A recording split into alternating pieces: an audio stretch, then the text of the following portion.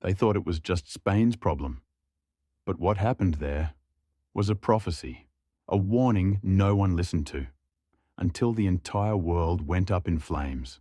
In the late 1930s, before World War II tore humanity apart, Spain became the stage for something far bigger than a civil war.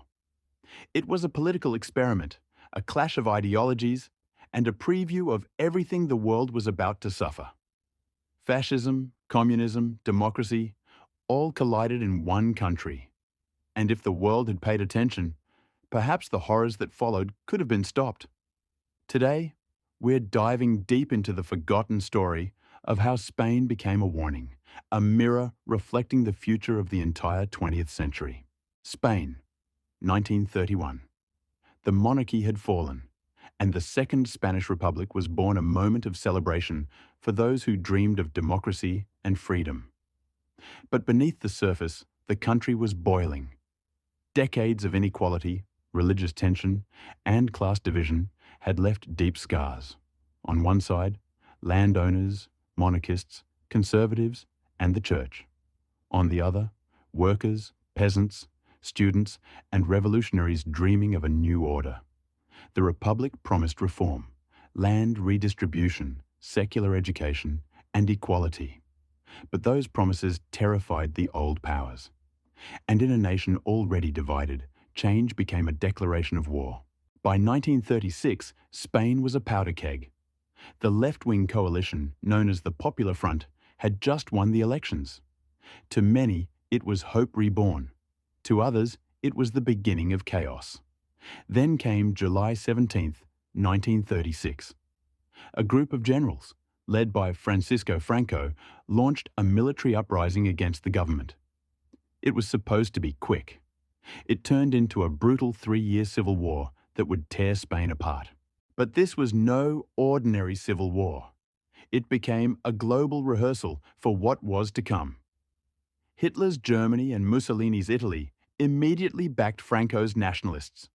They sent aircraft, tanks, and soldiers, using Spain as their testing ground. The German Luftwaffe's Condor Legion bombed Spanish towns, perfecting tactics later unleashed on Poland and London. Meanwhile, the Soviet Union rushed to support the Republican side, sending weapons, advisors, and propaganda. Thousands of volunteers from around the world, the international brigades came to fight fascism, from poets to idealists, from France to the US. Spain was no longer fighting for itself. It was the first battleground of ideological war: fascism versus democracy, dictatorship versus freedom. And the world was watching, doing nothing. The fighting was merciless. Cities like Madrid and Barcelona turned into fortresses. Villages were wiped out, families split apart, and neighbours became enemies. The front lines weren't just in trenches, they were in hearts and minds. Propaganda flooded both sides.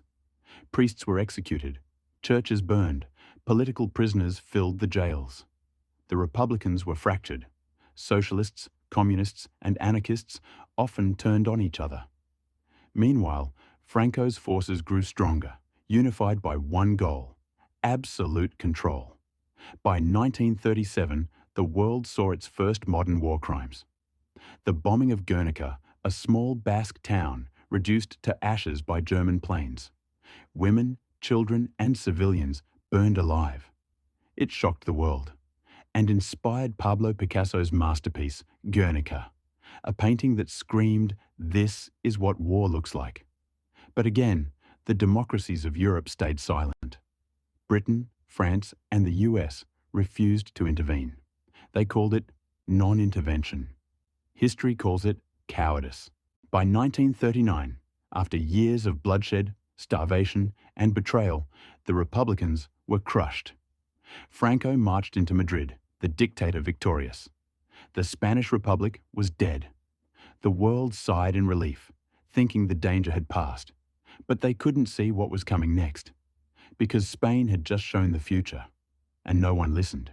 The Spanish Civil War wasn't just Spain's tragedy.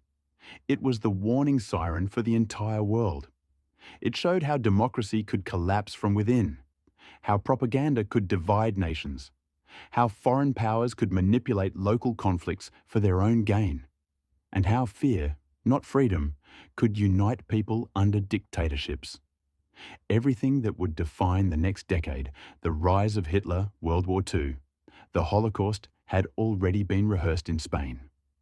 Spain was a warning, and the world ignored it. After the war, Franco ruled Spain with an iron fist for nearly 40 years. Political parties were banned, dissenters executed, and silence became survival. Yet even in darkness, resistance endured. Writers, artists, and exiles carried Spain's story across the world, reminding people of what happens when you stay silent in the face of tyranny. And in that silence, other nations fell. Germany invaded Poland, Italy marched into Ethiopia, Japan expanded across Asia. The world descended into chaos, the same chaos that Spain had already shown.